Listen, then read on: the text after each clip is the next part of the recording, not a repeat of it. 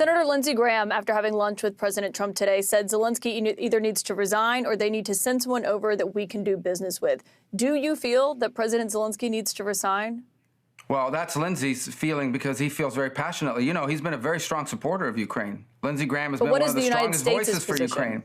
Well, the United States, the president's taken no position on that. What he said today is let him come back when he's ready to do peace. That's what he said. Let him come back when he's ready to do peace. So I can't speak for what anybody else said. I can only go off the words from the president of the United States, and that is today this is not going to be productive any further. When Zelensky's ready to make peace and he's serious about peace, let him come back then. And that's when we'll re-engage with them. And what he means by that is when he understands— And how will you measure that? Well, I think it's everything I've said already. And that is, how are you going to get Vladimir Putin and the Russian Federation to a table to discuss even the opportunity, even to explore whether there's an opportunity for peace? You're not going to do it by calling them names. It makes everybody feel very good. You can pass resolutions. You can put out very strongly worded statements. Senators can do it. I did when I was in the Senate. House members can do it.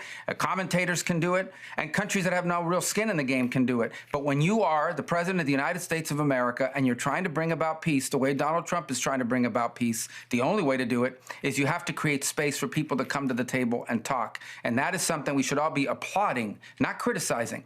And not pretending that we can just extend this war forever until and that everybody has unlimited resources to continue to fund it on both sides, by the way. And President Zelensky has said he does want this war to end. He just cares about how it ends. We heard that from the other European leaders who came to the Oval Office also this week. President Trump said to me today, before that shouting match erupted in the Oval Office, that he doesn't believe there have to be security guarantees in place before the ceasefire, that you can come to a ceasefire agreement and then put those in place. Do you agree with that?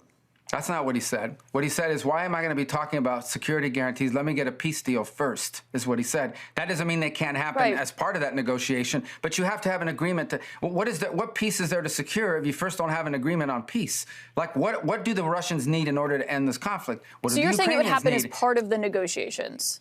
Well, again, how do you end a war? You have to find out what the combatants require in order to stop shooting at each other. What are the Russians' needs? What do they need to see in order for them to stop fighting? What do the Ukrainians need in order to stop fighting? And then once you have that in place, then you can decide the next step, which is, and what do we need to do to make sure this never happens again, that it doesn't happen in 2 years, 3 years, 5 years.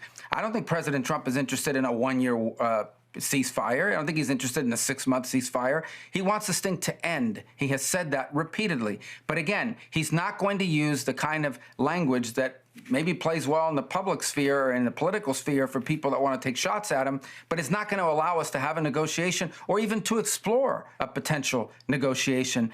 President Donald Trump is a man who's made deals his entire life in business, and he's bringing those principles to government, and he's the only one in the world that has any chance. If Donald Trump tomorrow decides, I don't care about Ukraine, I don't care about Russia, and I don't care about this war, and he walks away, I ask you, I ask everyone, well, who on this planet has any chance whatsoever, even a 1% chance of getting the combatants to the table? The answer is there is no one. He is the only one on earth right now that has any chance. If there is a chance of peace, he's the only one that has a chance to deliver on it.